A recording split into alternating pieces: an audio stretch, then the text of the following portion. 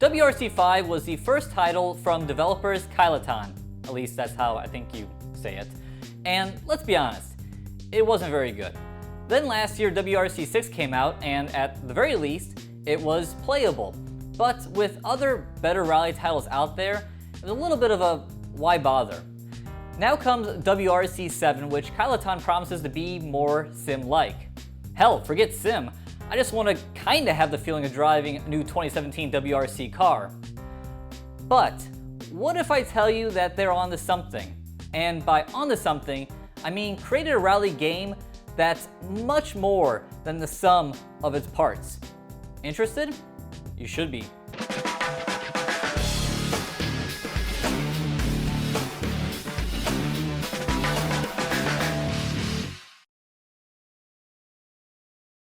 Racing simulator provided by Next Level Racing and their new 2-in-1 F1 GT cockpit. Whether you like the upright GT seating position or low-slung F1 seating position, the F1 GT has you covered at a price that won't break the bank. Learn more at nextlevelracing.com. The stages in WRC 7 are awesome in every single way. Every stage is more narrow, making every centimeter count and really upping the difficulty. Also ramping up the difficulty and realism is the track surface. The surface is not just bumpier, but has a wide range of grip levels. Sure, you should feel the difference between dirt, gravel, snow, and tarmac in a rally game, and you do in WRC 7. But what about the difference between the dry Australian dirt and the wet Finnish dirt? Or the difference between the ice-covered tarmac of Monte Carlo and the fresh powder of Sweden? Or just the difference between dry and wet tarmac? The ever-changing track surfaces are constantly keeping you on your toes and add a lot to the experience. Speaking of ever-changing track surfaces, these surfaces come bundled with a location and they don't disappoint either. There are 13 locations, or rallies, in WRC 7, and no two feel the same. Every single one has its own unique feel, whether it's the layout of the stage or just the surrounding environment. There are 4 stages per rally, adding up to 52 stages in the game. Each rally has 2 to 3 special stages, aka standard stage, that usually ranges from 4 to 8 kilometers in length, and one epic stage that is anywhere from 13 to 23 kilometers in length and usually uses 1 or 2 of the shorter special stages as part of the overall stage. These epic stages live up to their name, taking anywhere from 10 to 15 minutes to complete, which is a lot of time to not put a wheel wrong. Some rallies feature super special stages that are, for the most part, closed circuit where 2 cars are racing at the same time. These stages, like all other stages in the game, mimic the real-world World Rally Championship and are a nice change of pace. Besides these big details, there are small details that help the immersion. There's a good atmosphere around the rallies with the right amount of spectators and livestock dotting the course, and even your competitors wrecked on the side of the road from time to time. The quality and the quantity of the stages really anchor the game and are part of the 1-2 punch that kept us coming back for more. If the stages are the first punch, then what is the second punch in WRC 7? The physics. Or, dare we say, the very sim-like physics. The cars just feel believable. You can feel the suspension travel, you can feel the back end kicking out on you, and you can bring it back in line with throttle and steering input. You can feel when the track surface is giving you grip and when it isn't. You can feel how the car gets nervous over choppy surfaces. You can feel how the 2017 WRC cars are more stable over the included 2016 cars thanks to the aero upgrades. There's just an overall sense of, this feels right. In WRC 5 and 6, you had to adjust to what the car is giving you. But in WRC 7, you just drive, and the car is like the perfect dance partner that just moves with your inputs. The 2017 cars really are a lot of fun to drive. They stop and go amazingly well and can really be manhandled. While not as grippy, the 2016 WRC cars and the 2017 WRC 2 cars are also fun to drive and do a nice job of dancing on the edge of adhesion. Lastly, there's a junior WRC Ford Fiesta R2Ts that throw a little front-wheel drive into the equation. Is there anything about the physics that we don't like? We do think that the WRC cars stop a little too well, especially in a straight line. I'm also not a big fan of the front-wheel drive Fiesta that doesn't give you much or any torque steer off of corners and seems to rotate with the throttle like a rear-wheel drive car. On the other hand, my review partner in crime, Billy, who we'll hear from later, thought the car drove fine. Either way, it's not really worth wasting oxygen over because it's a car that you most likely aren't going to drive very much. But what is worth losing oxygen over is telling everyone how good the physics are in WRC 7 because they truly are really good. WRC 7 has a good mix when it comes to the game modes. A good chunk of your time will most likely be found in the solo menu that contains quick game, custom championship, career, and driving tests, in case you missed it at the beginning of the game or you want to have your driving rejudged. Quick game is self-explanatory, so let's focus on career and custom championship. Career takes advantage of the lower class WRC cars to start you at the bottom and make you work your way up. You start out in the Fiesta Junior WRC car and pick a team depending on whether you think you are fast, good at taking care of the car, or a combo of both, and off you go to predetermined rallies. If you meet your objective, you move on to the WRC 2 cars and then the WRC cars. If not, back to the start you go. The amount of time you spend in career really depends on how quickly you advance. But even if you do tear through it, from either being fast or dropping the difficulty level, it offers up a nice variety of rallies, stages, time of day, and weather conditions. You also get to repair your car at the end of each day, but you can't go over the 45-minute repair time rule that the WRC has. Most of the time, this isn't an issue, but if you really wreck it up, then you could get yourself in a hole. If starting off in a lower class or religiously following the official WRC schedule isn't your cup of tea, then you can create a custom championship. Pick a car, pick rallies, pick stages, pick what days to run stages, pick time of day, pick weather, and then off you go. You can't have 3 custom championships running at one time, and we found the customization and the drive anything approach to be pretty appealing. If you're looking for some multiplayer action, Challenges stands out with its own special spot on the main menu. Challenges only last for a certain number of days before changing to a new one.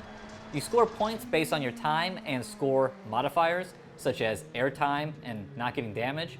You can run as many times as you like, but the first attempt scores more than any attempts after. As for the actual multiplayer, we weren't able to check those modes out because we tested pre-release. But for what we did test, career and custom championships, there should be enough there to keep you satisfied and to keep you coming back for more. The co-pilot in WRC 7 is serviceable. More times than not, he gets the call right. Sometimes he does miss, and the too early right callouts get old, but again, a majority of the time, he's accurate. You can adjust how much detail you want from the co-pilot, and their timing from far ahead to very late. I chose late, and for the most part, the timing was consistent, but there were times when he seemed to get ahead of himself. In terms of the co-pilot's voice, it's not bad. It would be nice for him to sound like he's in a moving rally car going over bumps, but besides that, he's fine. But if his voice really throws you off, you can just change him to a different language. I mean, sure, it won't help you get around corners, but maybe you'll learn a little bit of Japanese.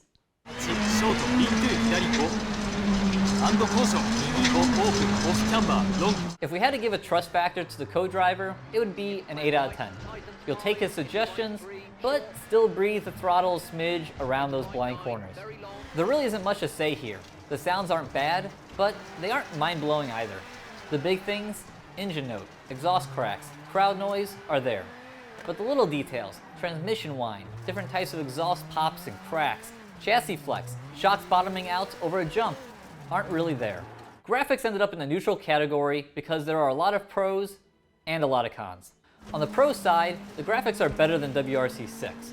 The driver model and fans on the side of the road look pretty good. As mentioned earlier, stages have great details. The shrubbery, fences, and markers all bring immersion. The lighting at night looks really cool. Glossy and matte paint on the cars are also well done. Dirt on the cars look great, and you have 100% control over your wipers to remove it, which is nice. Tire tracks behind the cars on replays just add to the already very detailed track surface, which is probably the best looking detail in the game. But there are cons. Overall, the game looks dated. Color palettes look washed out at times. Cars are kinda low res looking. The game has built-in motion blur, which can be really distracting, especially when you're on a single monitor. You can move the seat forward, but not necessarily as far as you like, and there's no up and down adjustment. Replay mode doesn't allow you to watch the entire stage from the TV view, it only cycles. Lastly, despite being long in the tooth looking, it doesn't run great. With the graphics on very high and most post-processing effects off, I was only getting about 50 to 60 frames per second on my PC that pumps out FPS in the triple digits on titles that look much better and have true triple screen support. To get some FPS back, I turned the settings down to high, and it ran in the 80 to 90 FPS range with really no noticeable difference in in-game appearance. But despite that, at the end of the day, some nice graphic details are overshadowed by a graphics engine that feels dated. Why is force feedback in the neutral category? Because it's just okay. The game transfers enough so you can drive the car accurately, but not much more than that. The strength is a little low, but most of all, it's just lacking detail. The TSXW racer that I drove with was pretty much constantly vibrating. No real differentiation from one surface or scenario to the other. I even turned the vibration down to 70% in-game because the constant vibration was annoying. There's not much more to say than that. The force feedback is good enough to alert you that the physics in the game are good and to get you around the circuit confidently, but beyond that, there just isn't a whole lot of feel and not a whole lot more to get really excited about. There's pros and cons to the damage model. On the pro side, you can mechanically tear up your car in many ways, whether it's over-revving the engine or blowing out a tire on a rock. Once these events do happen, you can definitely feel it. When I blew a tire, I had to drive really slow to get the car through the stage. It's also good to visually see the car get beat up with scratches, dents, and a few body pieces shifted. But there are some cons. The cars are a little too resilient. You can roll it or hit a tree pretty good and keep on ticking. Plus, the cars don't really deform or shed parts until you go all Days of Thunder on it.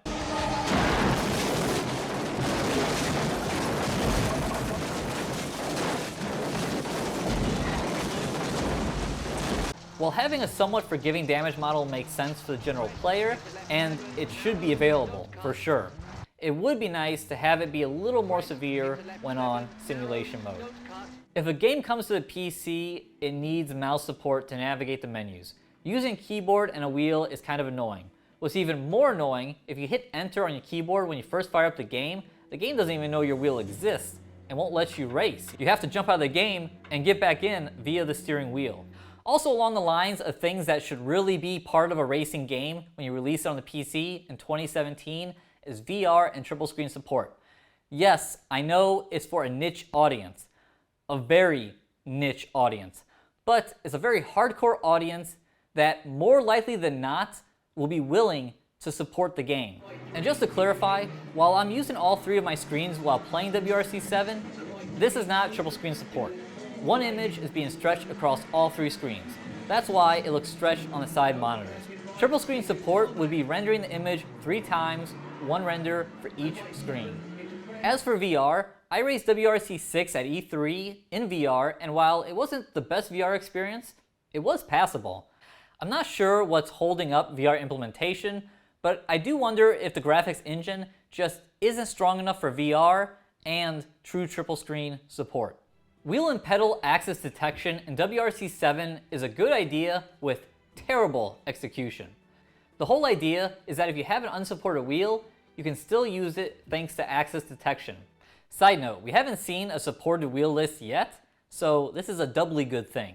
But the issue is, it's all messed up. For example, I tried to run the Thrustmaster TS XW wheel with the Fanatec Closeport Pedals V3. In theory, I fire up axis detection, turn the wheel, and press the pedals, and the game recognizes them, applies axis, and off I go. Instead, it recognizes the wheel, then does nothing with the pedals. I then go to button bindings, and I manually bind the pedals, and they get binded as buttons, not as axes. And if you go back to axis detection after binding them, nothing. Same issue of not being recognized. Surprisingly, some way, somehow, the pedals work fine after binding them, even though they're labeled as buttons instead of axes. I was even able to bind the Fanatec Closeport Handbrake V1.5 plugged into the pedals too. While this eventually kinda sorta got figured out, it was super frustrating battling this for about 2 to 3 hours when I first got the game. And what was also kind of funny, the next day I was welcomed to a bunch of Skype messages from Billy with a bunch of profanity with these same issues that I had the day before. And obviously this isn't our first rodeos when it comes to setting up wheels and pedals with games. So I'm glad they support multiple input devices, a USB from the wheel, USB from the pedals, plug it into the PC, multiple input devices. That's good, but this axis detection has to be fixed because it is a major pain in the neck. Before I get to my final thoughts, I'm going to go and hand it over to Billy for his final thoughts. Hi there, really quick before I jump into my part of the WRC 7 review, I just want to let you guys know where I'm coming from. That way you can understand maybe your ideas will or will not line up with mine on what a rally game or sim should be. Now, for visual aids, I'm going to go through about 3 of my favorite rally games and then one that's the kind of seems to be the gold standard everybody diverts back to. So that one being Richard Burns Rally. This is the PS2 copy, but on the PC, people think this is the most realistic one still to date. For the most part, the vanilla version, I would disagree with. I think the mod version, where you've got all these different cars and updates, I think has a much better experience. I don't agree with the vanilla version per se, not that it's a bad game. I just think there are a few things that could be changed, but for the most part, it's widely regarded as one of the benchmarks in rally racing as far as sims goes. And then some of my personal favorites, Rally Sport Challenge 2, while maybe a little more on the arcade side, still provided a fantastic experience, very brutal in some of the stages. I remember knocking the lights out of some of my rally cars and not being able to see. Some very difficult stages, maybe a little on the wide side still, but all in all, Rally Sport Challenge 2 was a great game. And then the original WRC game, this one's the PS2, that one seemed to be a bit more on the sim side. It was very difficult in sections. I'll never forget starting it up and running at, I believe it was Monte Carlo, and just how narrow I felt the roads were. A great experience, one that I came to back to for a long time. And then finally, more recently, we've had Dirt Rally. This is the PS4 version. I played the PC version primarily, and again, that kind of reignited, I would say, more modern rally titles, kind of pushed them more in a sim direction from previous titles like Dirt 3 and a few other ones, even the WRC series itself. So those are all titles that I enjoy that are probably in my top picks of rally racing titles. So where does WRC 7 line up for me? I think it's a great title. There's some pros and cons, and I'm going to lay them out, and then you can decide which one kind of falls in your camp, which one matters to you most, and that will kind of inform your buying decision. So I'm going to get into the handling model of WRC 7, the physics and the tire model, and then getting to the force feedback, and I got to say that I am pleasantly surprised with WRC 7.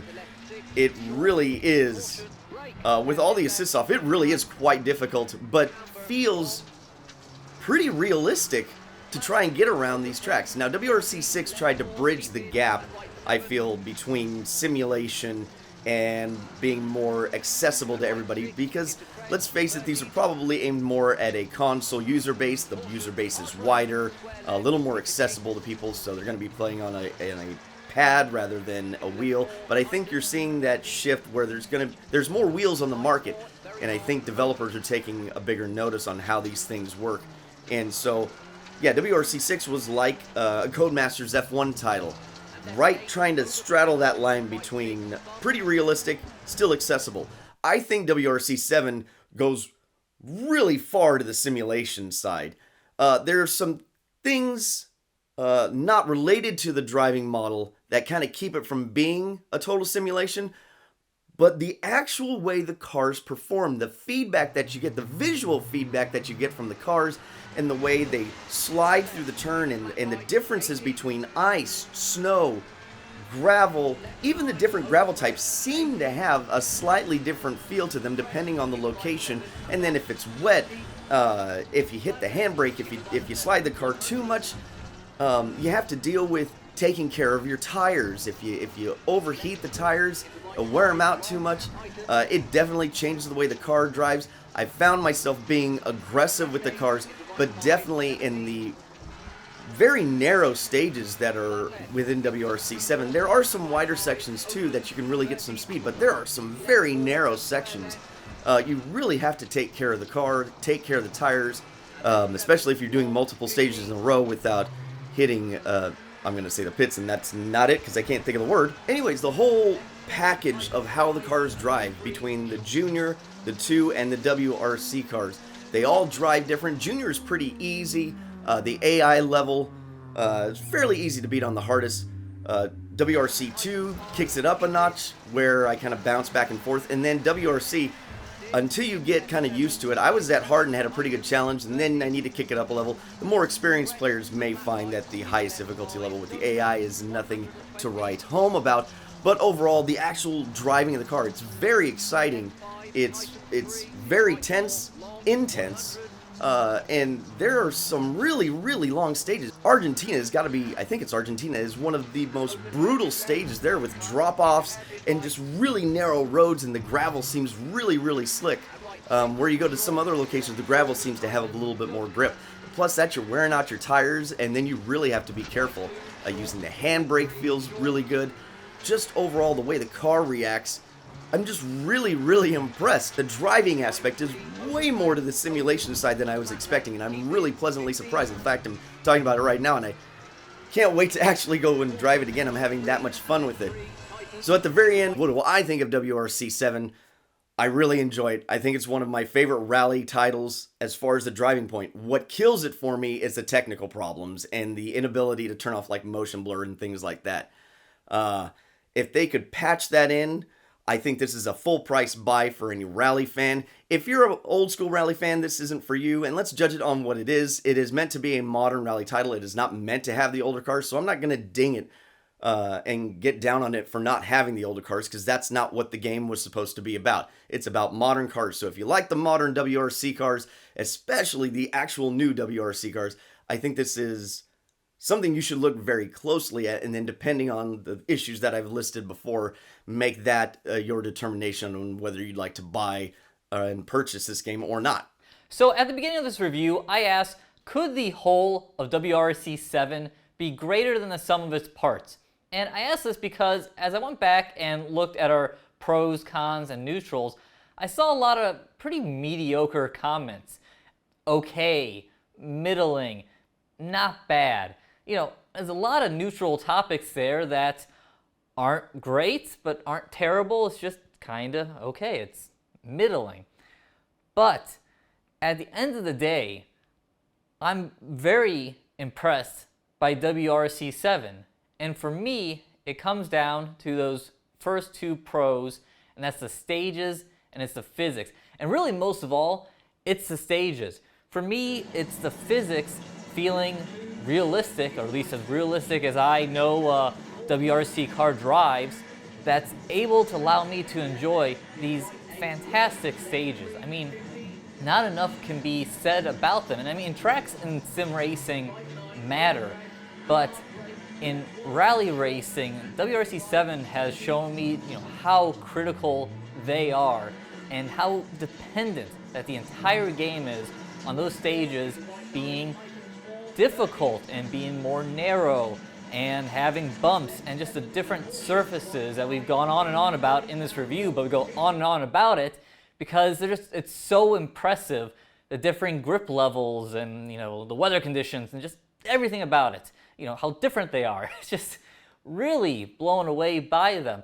But you can't enjoy that if the physics aren't good. But that's not the case here. WRC 7 has made a huge jump from 6 that was just okay, I mean that was pretty middling physics-wise, to now having sim-like physics. So the combination, that 1-2 punch, just makes WRC 7 so much fun, and like Billy stated, I don't want to put it down either. And I'm not a huge rally fan. I mean, Billy's definitely more of a rally guy than I am, but I'm finding myself going back and back and back to this title, and it's really awesome to see such a strong, officially licensed title for those of you out there who are rally fans, WRC fans, maybe those of you who want to get into the esports aspect that this game will have, just like WRC 6 had. So Big props to the developers on WRC 7. Very impressive title, one that I think a lot of you want to go pick up, and I think will have staying power thanks to all those different stages, how unique they are, online play. I think this one's going to be played for a long time. So with that said, thank you for watching our review of WRC 7. If you enjoyed it, please like it. If you haven't, subscribe to the channel. Check out our website, isrtv.com, latest news, reviews, including the written version of this review, and our popular forums. Check out our buy, sell section of the forums, very popular. Buy, sell, used hardware. Also, check out the Amazon affiliate links in the description below. Click on the link, shop through Amazon. Doesn't cost you a thing, but kicks back a little towards us. Helps us out and helps me fund my energy drinks needed for me to pull all-nighters to do these reviews. There's a lot to them. So, for Billy Strange, I'm John Sable. Thank you for watching Inside Sim Racing. Please take care of you and yours.